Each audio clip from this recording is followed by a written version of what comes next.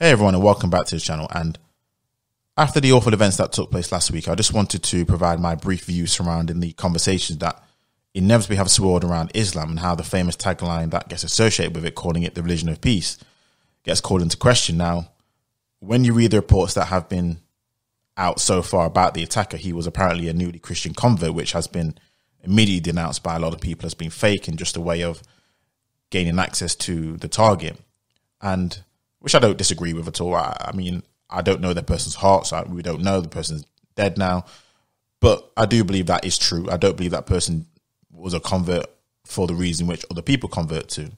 Because a lot of people put it down to saying, this kind of stuff can't be associated with a true Christian, because Christianity is not associated with things like that. They don't do things like that. And that right there got me thinking that, you know what? There's a real hypocrisy here that exists when it comes to conversation like this. Because in truth, when you boil it down to what is the real difference between Islam and Christianity, it's actually very simple. Perception and dates. Now, both of these are interlinked with each other because based on the date or time that you live in, you would already have a preconceived notion, perception about the faith based on the atrocities or good deeds that they have accomplished. And let me use a couple of examples. Now, right now, in year 2021, the perception of Christianity is to be what? Or of what? It's a religion of tolerance, acceptance, it's inclusive, it's warm, and as such, it's respected across the world in the main. However, that wasn't always the case. I mean, if you're living in Ireland a few decades ago, or even nowadays, to be honest, you would likely be in a war zone. And that war zone exists between one side being Catholics and the other side being Protestants. Now, these are both Christian people now. Christian people bombing each other, killing each other, stabbing each other, all over what? Again, this is no example. If you're born in the Middle Ages and you were accused of being a witch, who will be rocking up to your door to try and burn you at the stake? Christians. Who will be rocking at your door in order for you to take certain trials, the famous Salem witch trials? Christians. That's all under the guise, these atrocities, under Christianity. And I'll not even mention the countless other events that can either be directly or indirectly, at the least, be contributed to the religion that still goes on today. Let's be honest.